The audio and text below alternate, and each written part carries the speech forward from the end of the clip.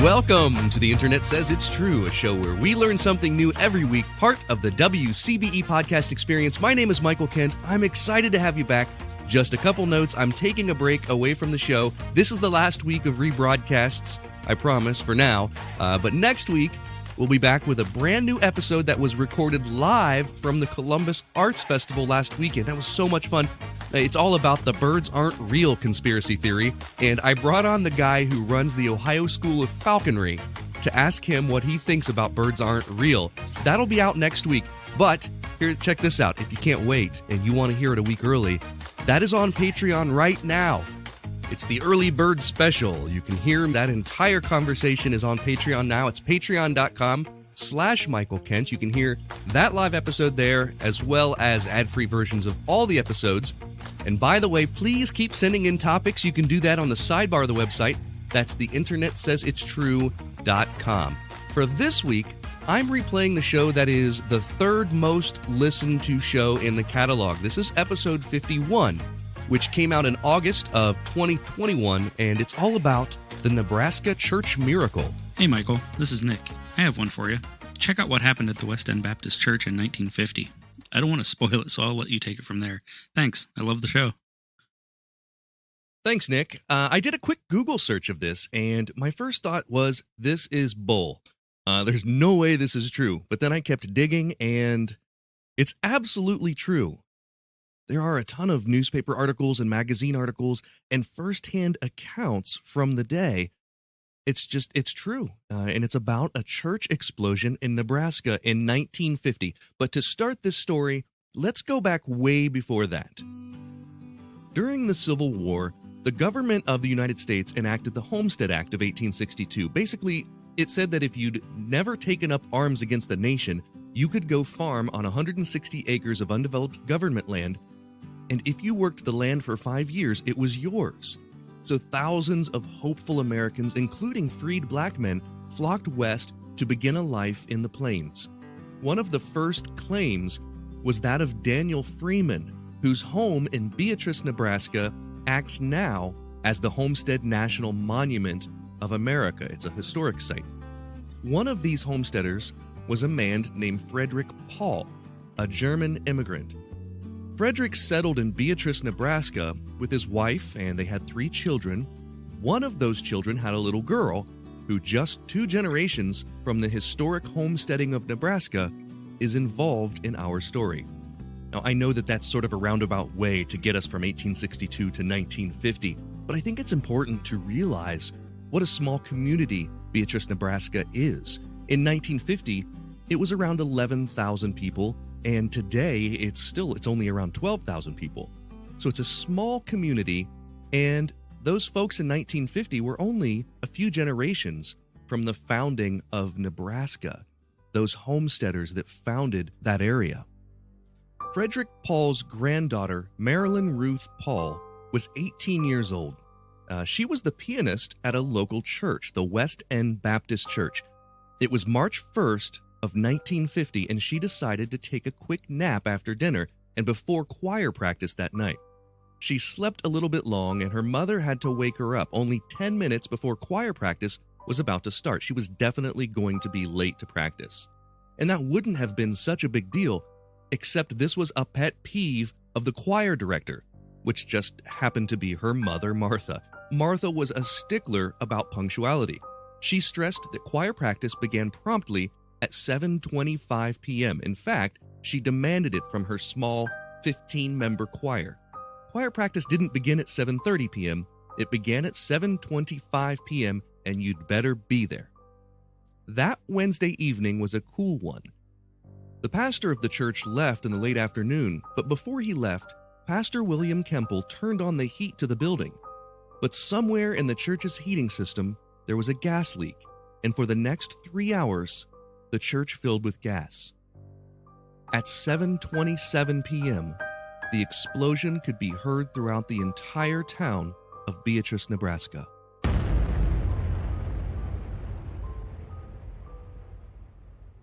It shattered the windows of nearby buildings. The town radio station lost its signal. The church was flattened. The roof fell in and the walls collapsed into a pile of rubble, an absolute tragedy. Martha Paul and her daughter Marilyn were spared. They hadn't yet made it to the church because Marilyn napped too long. But this is where the story gets interesting. Despite choir practice having started 2 minutes before the explosion, nobody died. Nobody was in the church. I'll explain a little bit more after a quick break. Hi, I'm Dan Skinner, host of Prognosis Ohio, a health and healthcare podcast that's a proud part of the WCBE podcast experience. Some people have told me that I should take the show national, focusing on the U.S., but as we head into 2022, I want to tell you that we're keeping the focus right here on Central Ohio and our community, just like WCBE itself. Check out Prognosis Ohio wherever you get your podcasts and listen to episodes at WCBE.org. It's under the Podcast Experience tab. I've been traveling again lately, and that means I've been wearing my Scotty Vest jacket, which is awesome for anyone who sort of lives life on the go like I do. It's been awesome for traveling around because it's got tons of pockets for all my gadgets, my phone, my glasses, my wallet, my charging cord, you name it. It's a clothing company I believe in, and I'm confident they've got an article of clothing that you'll love. The best thing you can do is take a look at all the awesome pocket-packed clothing on their website. To get 15% off your order, visit the link in the show notes. There was a time that humans used 100% organic products as healing balms and moisturizers for their skin. Well, I've partnered with an awesome company that wants to get back to those times. Fatco sells organic and responsibly made tallow-based skincare products. For centuries, humans used tallow in skin moisturizers and healing balms, but unfortunately, the topical application of these fats seemed to stop around the same time that animal fats stopped being considered part of a healthy diet. A lot of modern skincare products do more harm than good by stripping your skin of its natural oils. Let's change that. You can try them out now at fatco.com and get 15% off your order by using my promo code INTERNET. Go to theinternetsaysitstrue.com/deals for the link. Let's get back to our story. When the Titanic sank, a giant suite of 3 adjoining rooms, a sitting room, large closets, a private balcony, they'd all been designed and intended for the American financial legend J.P. Morgan, but he was enjoying himself at a French resort and decided to stay longer, so when disaster struck, he was not on board. Mark Wahlberg was booked to fly on American Airlines Flight 11 from Boston to L.A. on September 11, 2001. He changed his plans at the last minute. That airplane tragically was flown into the World Trade Center. That same morning, Michael Jackson overslept and missed his meeting at the top of the Twin Towers. When there are tragedies like these, it seems like we always hear about the people, or at least the celebrities, who narrowly escaped fate and avoided the tragedy. But the fact remains that there were countless others who weren't so lucky. I mean, sure, J.P. Morgan survived the Titanic, but more than 1,500 other people died. Marky Mark and Michael Jackson survived 9/11, but 3,000 other people died. In this story, the story of the West End Baptist Church, 100% of the people strangely avoided what would have been an absolutely horrific fate. All 15 choir members survived because they were all miraculously late to practice for 15 different reasons. The pastor left around 4:30 p.m. that day, but his daughter Marilyn was in the choir. She was late because she spilled food on her dress and was quickly ironing another one. Herbert Kipp randomly decided to stop on the way to church to mail a letter. Harvey All was going to bring his 2 sons to practice since his wife was out of town. He got caught up talking and lost track of time. LaDonna Vandergrift got stuck on her geometry homework. Joyce Black was cold and had gotten comfortable in her warm bed, so she was late getting up. The Estes sisters couldn't get their car to start. Lucille Jones got caught up listening to a radio program and also caused her friend Dorothy to be late, who she was supposed to pick up. Every member of the choir had a different reason for being late, so when the church exploded at 7:27 p.m. that night, no one was there. Joyce Black, she was the one that was comfortable in her warm bed. She lived across the street from the church. She actually opened her door to leave when the explosion happened. She said she couldn't put it off any longer, and when she opened the door, she saw the church disintegrate in front of her. All of these stories were documented in countless newspapers and magazines soon after it happened, including Life magazine just 26 days later.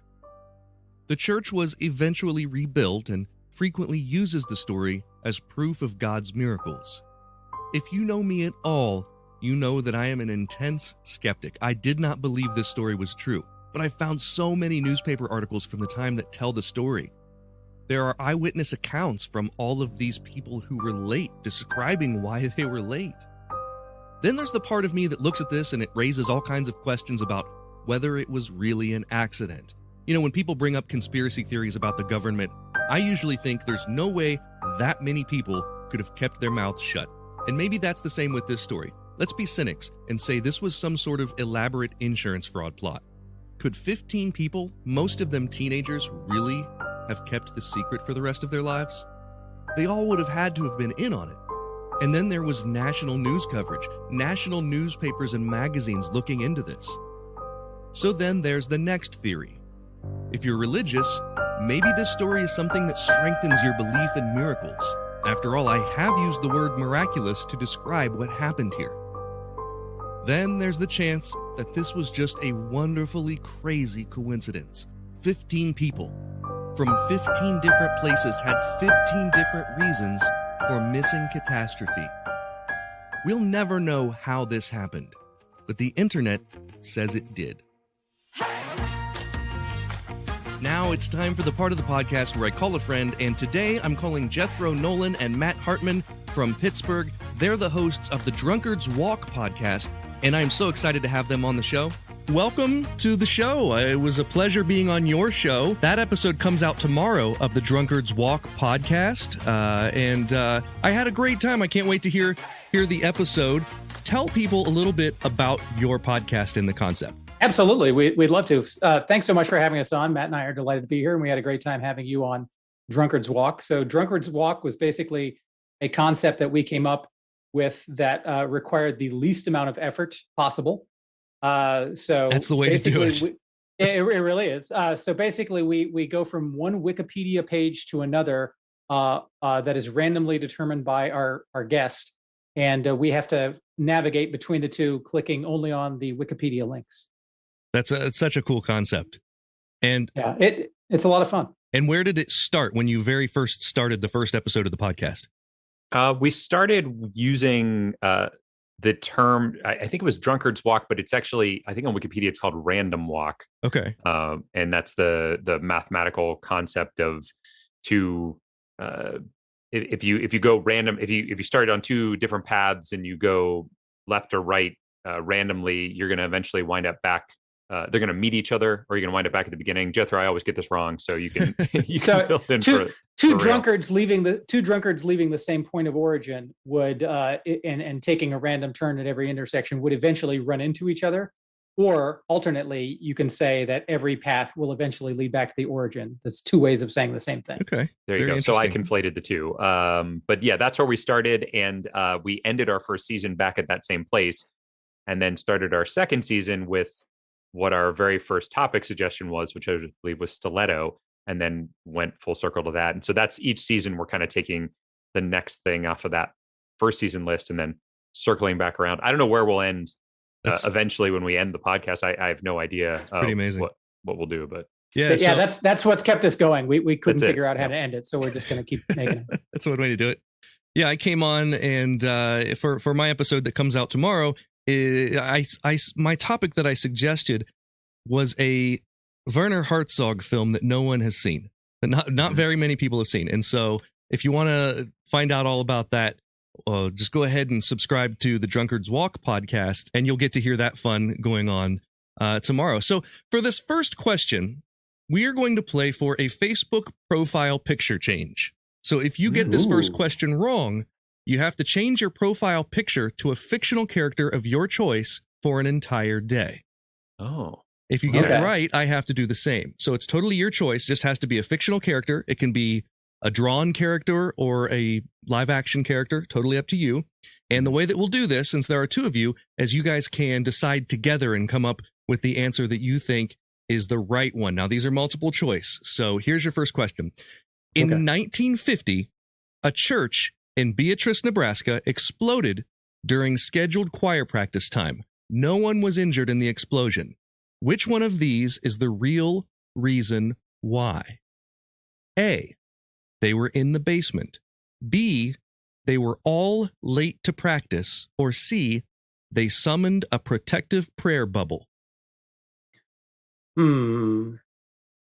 Well, as inclined as I am to believe in the power of prayer, I'm inclined to believe that summoning a protective prayer bubble would require advance notice of the explosion. That's a good The point. thing about most explosions outside of movies with ticking time bombs is they tend to be rather spontaneous and unannounced. True.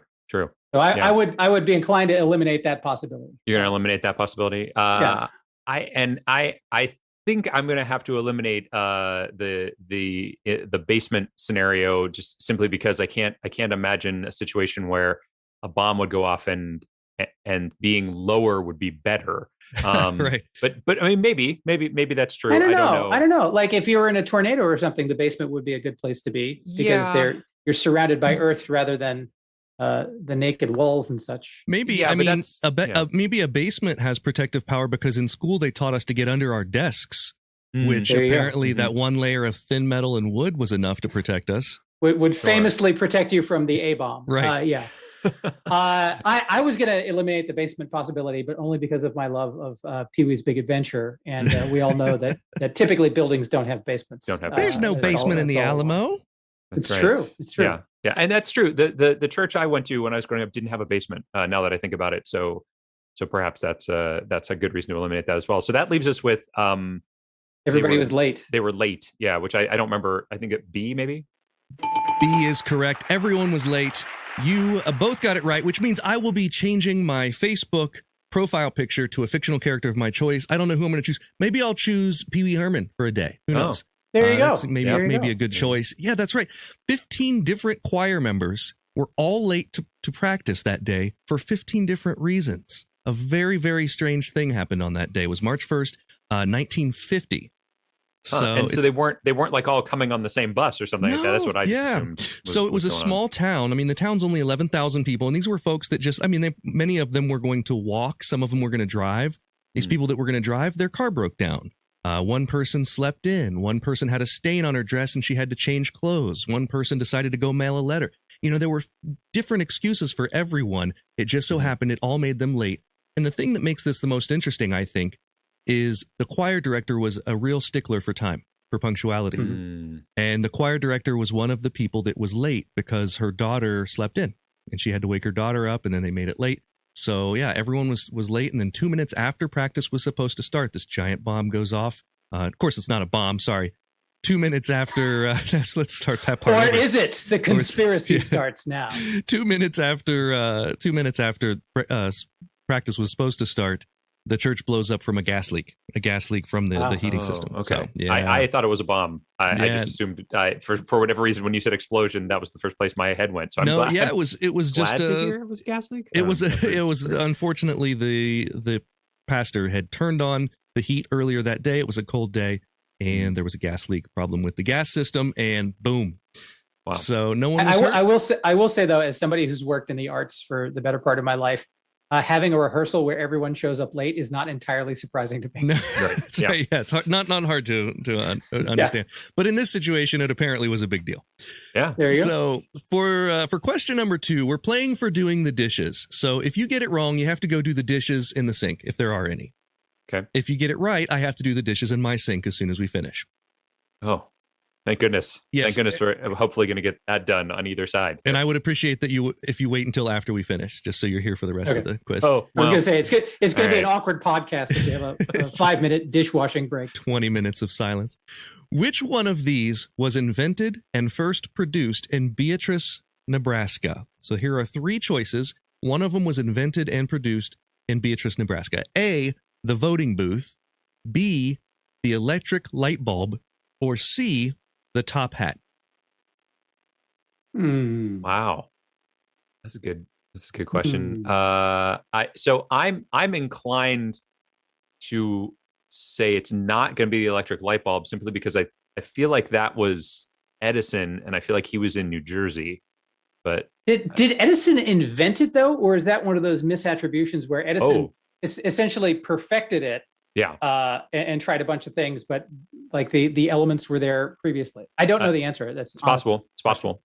Okay. Certainly possible. But I have to eliminate options somehow. So that's how I was going to eliminate that option. That's fair. That's fair. What do you think? And the other two are the voting booth Mhm. and the top hat. Mm-hmm. So I'm trying to think of when top hats became a fashionable accessory.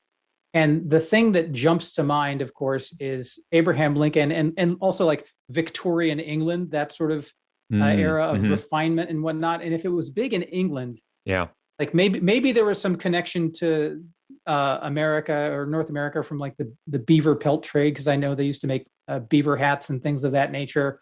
But it feels like that would have been earlier than Nebraska was a settled territory. Yeah. Whereas voting booths, the idea that you vote privately, I feel like is probably more likely a more recent phenomenon, because back in the old Tammany Hall sort of political corruption days, which of course are long past, since we don't experience political corruption today anymore. I can't even think of a single example coming to mind of a politician who's abused their power. But I would say that the idea of private voting is relatively new as a phenomenon, and the voting booth probably is our best chance, because the other stuff probably was invented earlier than Nebraska was a settled territory. So Jethro says the voting booth. How about you, Matt? Simply because I just want to go against him. I'm gonna go with the electric light bulb that I initially eliminated, simply because I want to see, maybe he's right about this whole, like, it was just Edison that perfected it. So I'll go light bulb. The correct answer is the voting booth. So Jethro got this one right. Man, now I think that means Matt has to come do my dishes. I think that's what happens. Yeah. So apparently No problem. Edison did not actually invent the light bulb. People had been making wires incandescent since 1761. But what we're talking about here, William and Elizabeth Douglas created the Douglas voting booth and manufactured them in Beatrice. They moved operations to the nearby town of Crete, Nebraska, and get this, they made them until 2015. Wow. So it's just 6 years ago. Wow. So it wasn't so much the idea of a private voting area, it was a specific type of voting booth. Yes, and it was the very iconic voting booth. So the one, when you think about the voting booth, well, when you imagine the curtain that closes with the stripes on it. Yeah. So if there was like an exhibit about voting in America, and in fact, I was at the Gettysburg Museum, and they had a traveling exhibit about voting, and they had one of these original voting booths there, with the curtain that you close. And that was the Douglas voting booth, which was invented in Beatrice, Nebraska, small town where our story took place. I don't know how wild I am about voting becoming a thing of the museum past. Yeah. I would very much like voting to remain an active thing that we're all doing. Remember when voting mattered? Oh man. Okay, so you'll have to. One of you's got to do the dishes, and the other one doesn't, I guess. Okay. And, yeah, that sounds good. And I don't think I have to do the dishes at all, since you went 50-50 on that. Yeah. There you go. So question 3. For this question, we are playing for a coveted The Internet Says It's True sticker, which you can see right here. This is a very nice. This is a fancy sticker, and it's meant that they make these in order to stick them on things. That's what they do. It's a single use sticker. I always wondered how they got those names. Yes, yeah. You have to. It's a peel and stick.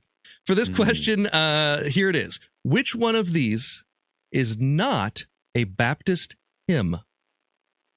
So I found a list of Baptist hymns, and some of the names were weird. But I'm not a Baptist, so I really didn't know any of these. But one of these I made up. So here are the 3. Okay. A, I need thee every hour. B, nothing but the blood of Jesus. C, I'm a lion for Jesus, hear me roar.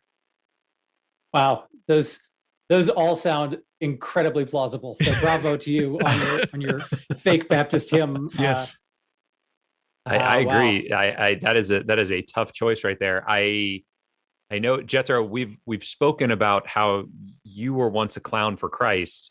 I'm so glad you brought that up. Now, that's did definitely that something I want to get out there. These hymns. Do you remember any of these hymns? I don't remember those hymns specifically. Okay. I also, my clowning for Christ was, in fact, to Michael's profession. That I did a bit of magic, but would always weave like parables in with it. Like, Sure. the rope trick where you have the 3 different size ropes and then you make them all equal. Like, well, this is how God sees us, as all equal. It was ridiculously hokey. And fortunately, I lost my love of magic and the Lord in that same year. So my question when I hear you talk about this was, what was your clown name?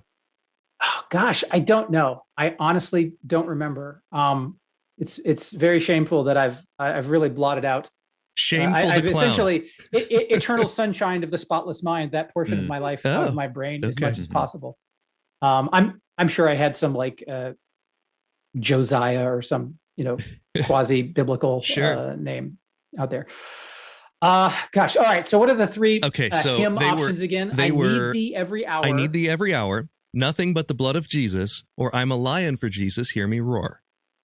I mean, they're all very good. And there's nothing about any one of them that is hokier than anything that actually exists in a Baptist hymnal. But I'm a lion for Jesus, hear me roar seems to stick out a little bit, just because it's funnier than the other 2.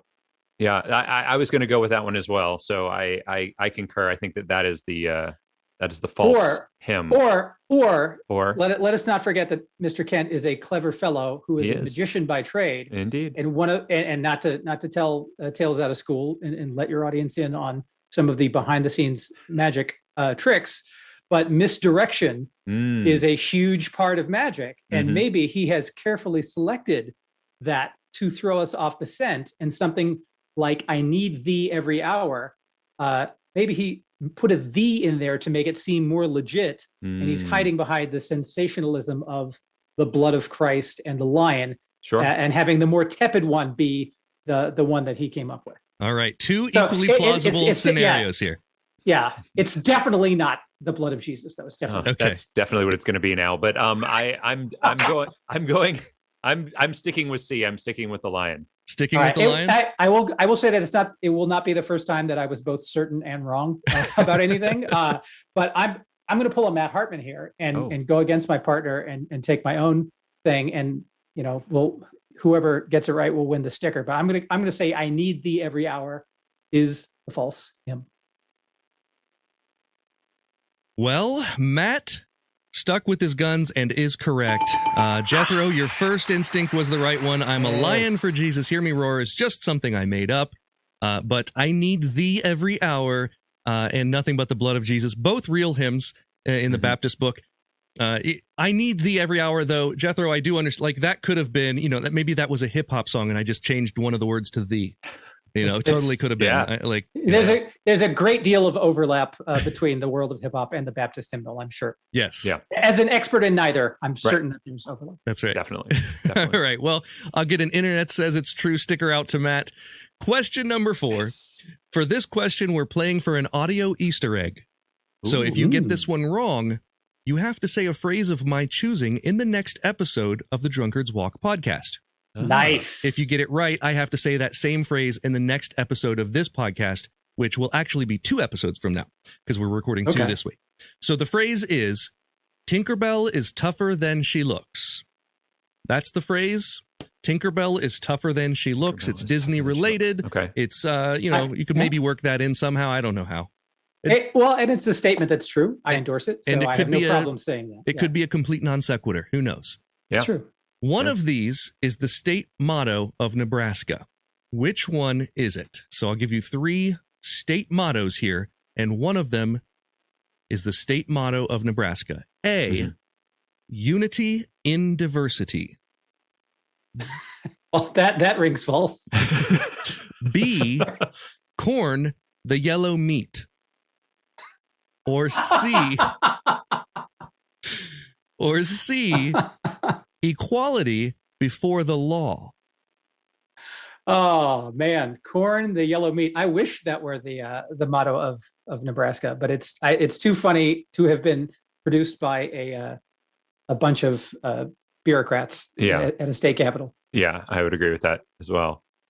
But yeah, equality before the law sounds like sober and boring enough. But Matt, what do you think? It does. My only concern with it, it definitely is the one that I'm leaning toward. My only concern with it is that it is a motto for a different state, and that it might be the diversity one, which doesn't feel right. But I mean, the diversity one could be a motto for another state. What state? What state has equality before the law? As I don't. Motto? I'm not saying that I know which one does. I'm just saying there could be one that does. Heck, it could be Pennsylvania for all I know. Yeah. Because I don't know what you've got a friend in Pennsylvania. I think might be our motto, but it doesn't seem like official. Did Randy Newman write your state motto? Randy Newman, founder of Pennsylvania. Yeah. Well, now, granted, perhaps we are laughing off the self-identified diversity of Nebraska too quickly, even though I may not think of it as a particularly diverse place. I have never been there. And in my mind, it's just a bunch of white people and corn. Yeah. But even within that, there could be many different types of white people. There could be from blank white all the way to vanilla to cream, and the many nuanced shades therein. Well, I mean, that's what I was thinking, because if it is a bunch of old white guys coming up with this, which, let's face it, it probably was, they might have thought that there was a lot of quote unquote diversity without thinking about the fact that there are so many different types of people in the world. And they thought, well, Germans and Irish. Right, exactly. And you live down by the creek and I live over here up on land. And, like I like corn and you like butter on your corn. So, it could be a whole thing. But I'm still going to go with what? I did think of one perhaps relevant thing. Was it the Kansas-Nebraska Act that when those two states were added to the nation was a big deal just before the Civil War? Because they were always trying to keep in balance the slave states and the and the free states. Right. Yeah. And Nebraska may have sort of tipped their hat in terms of reinforcing their belief in the lack of slavery by having equality under the law be the state motto. Yeah, no, I like that. So you want to stick with that? Stick with C? I like it. I like it too. So here's a little bit more. This motto was established in 1867. However, it does reflect Nebraska's willingness to extend suffrage to Black Americans in the aftermath of the Civil War. So you are correct. Equality before the law. The Homesteader Act of 1862 allowed anyone to go out there, and as long as they worked the land for however long, I think it was like 5 years, they could have that land, including freed Black men. So equality before the law was the correct answer. Unity and diversity is an official state motto. It's the state motto of Papua New Guinea. Well, there you go. Now you know. There you Corn, the yellow meat, not a state motto, but it could be. Oh, it could. There are several states. It could Not be. yet. Be. Yes. Where's the It will Corn be. Palace? Well- I think that's Iowa. I think Iowa has the Corn Palace out there. That sounds right. But Nebraska is like the Corn Huskers, right? I mean, that's their This is not true. their whole football team or whatever. That's right. Yeah. So I think my next podcast or 2 podcasts from now, I'll be saying Tinkerbell is tougher than she looks. There So you go. congratulations on winning. I might fit it in just for the joy of saying the phrase. 'Cause I like it. It should catch on. I like it. So here's your final question, and this one is for all the marbles. And this one you guys can answer separately. If you get this wrong, I'm banning you from the show, never to be asked on again. Wow. Ooh, the stakes are high. They sure are. What was the last thing that made you laugh? Oh, well, let's see here. I think I can get this one right. Are we saying before we started recording? Because I've laughed a number of times while I've been We'll say recording, and I before. don't wanna... We'll say before we started. Okay. I didn't want to get called out on that, but I would say I was actually just before we were recording here watching an episode of Ted Lasso, and that's one of my new favorite shows, and it absolutely made me laugh 3 times out loud. So I got to give mad props to Ted Lasso season 2. I don't remember, the Christmas episode is the one that I was watching. So there you go. And Jethro? Very nice. Excellent. So I will second Ted Lasso. It's a fun show. I highly recommend folks watch it, although I have not yet seen season 2. I've been rewatching Downton Abbey. Very funny show. because Every episode it's a just packed full hilarious. of laughs. It It is. I mean, it obviously you guys are being a bit glib and sarcastic, but there are a lot of fantastic zingers in there. Many of them delivered with tremendous aplomb by the brilliant Maggie Smith. But there's an episode. In fact, this even has a Ted Lasso link because in the later seasons, the Dowager Countess's, which is Maggie Smith's character, her butler is played by Jeremy Swift, who is an actor in Ted Lasso. And he plays a character named Spratt, who's a very, very dry, like even dry by crusty English standards. And Maggie Smith is making some joke at his expense. And he says, your ladyship's humor is a tonic, as always. And that line and that incredibly cracker dry delivery gets me every single time. And it's one of those I have to rewind and watch it a couple times because it's just such a dry zinger and it just hits me right in the funny. There are a lot of laughs with the Dowager Countess. There are also a lot of laughs that are just nothing but camera pans to Mr. Carson. Oh yes, it just shoots to and it's sort of a similar thing as Spratt, where it's all of a sudden we're seeing his reaction to something that absolutely shocks him, and it's used for comic relief. Yeah, they are very the writers and producers of that show are very generous with spreading the laughs throughout a lot of the huge ensemble cast. Everybody gets a good crack in every now and then. Really great show, and I have had so many friends that have recommended Ted Lasso. And I've heard that the writing is just incredible on that as well. So, it's in true pandemic form that our laughs are coming from television. So we'll give you points for that one. You guys can come back on the show anytime. You'll be more than welcome. And tell people one more time where they can find the Drunkard's Walk podcast.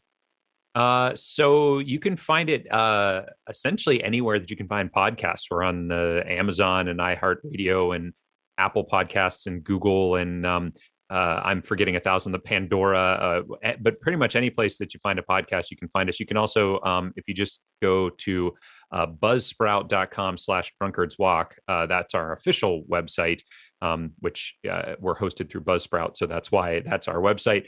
You can find all the episodes there. We're going to be starting a Patreon very soon as well. So there'll be a little bit of information about that. But if you heard this or have heard our podcast and you like it, you can go to Patreon and look us up. And within, I would say, a month or so, we should have an opportunity for you to give us money because we spend money on this, but we don't make any money. So and so many podcasts are listener supported, so it really does help out. Absolutely. And you can listen to my episode on their podcast tomorrow.